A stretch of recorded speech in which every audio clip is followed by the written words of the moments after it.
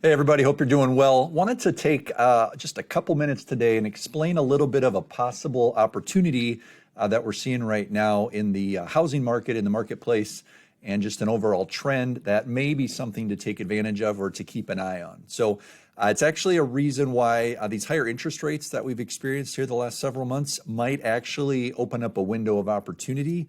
And it's going to be a little bit different in every market, but just a couple of things to consider here. So the current marketplace, we've actually seen home values nationwide about the last 121 months.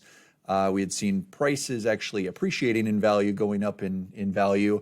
And then like the last 5 or 6 months or so, we've seen home values actually decline a little bit. So everyone wants to always obviously time the market to take advantage of the opportunity when home prices or anything's at its cheapest, and then before any sort of appreciation or gains kind of jump in at that point.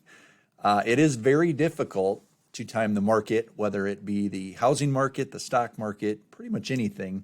But if you look at the figure here on the screen, if you look at kind of that dip, and the ideal time to buy would be the exact bottom, right? Where would you rather be, though? Would you rather be on the left side, which is probably where we're at right now?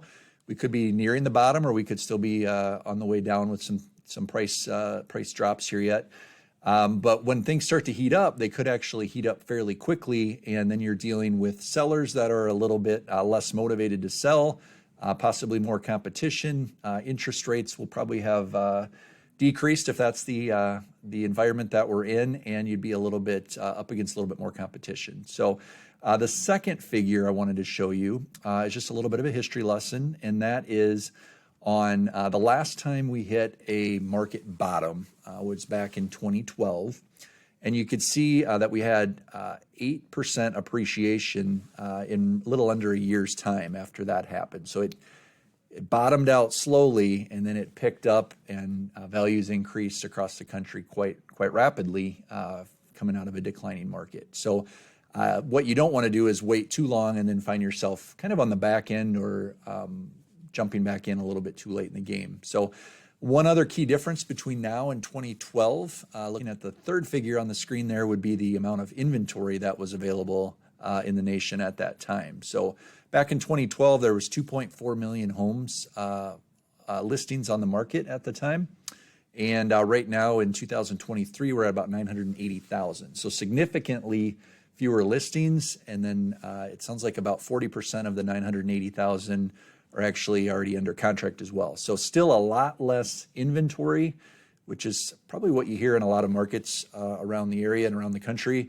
There's just no homes for sale. So if we see, and this is a big if, but if we see inflation get under control and interest rates drop back down, we'll say sometime in this year, more than likely that could lead to another increase in home values and appreciation in home values, and definitely more of a seller's market and harder to find a home and be bidding against other buyers. So hard to predict the future on this stuff.